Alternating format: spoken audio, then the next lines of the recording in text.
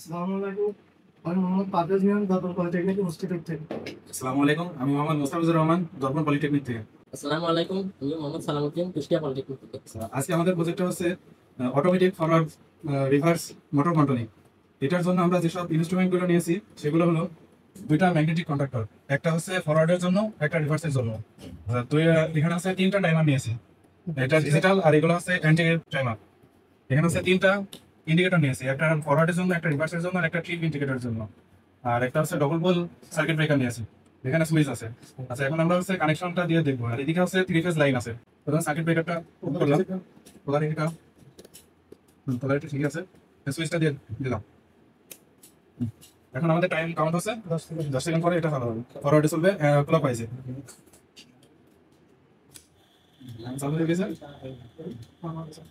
আবার 10 সেকেন্ড পরে এটা অফ হয়ে যাবে। এবার 10 সেকেন্ড অফ থাকার পরে আবার হচ্ছে তখন রিভার্স ওয়াইজে চলবে, এটা অ্যান্টি ক্লকওয়াইজ। এখন রিভার্সে চলবে। আর মোটর যদি ওভার হিট হয়ে যায় তখন ওভারলোড যেটা চালু হয়ে যাবে। চালু হলে যে টিপ ইন্ডিকেটরটা চালু হচ্ছে, এদিকে সব বন্ধ হয়ে গেছে। এটা যদি আবার চালু হয় তখন আবার সেকেন্ড কাউন্ট হবে। এটা ছিল আমাদের প্রজেক্ট।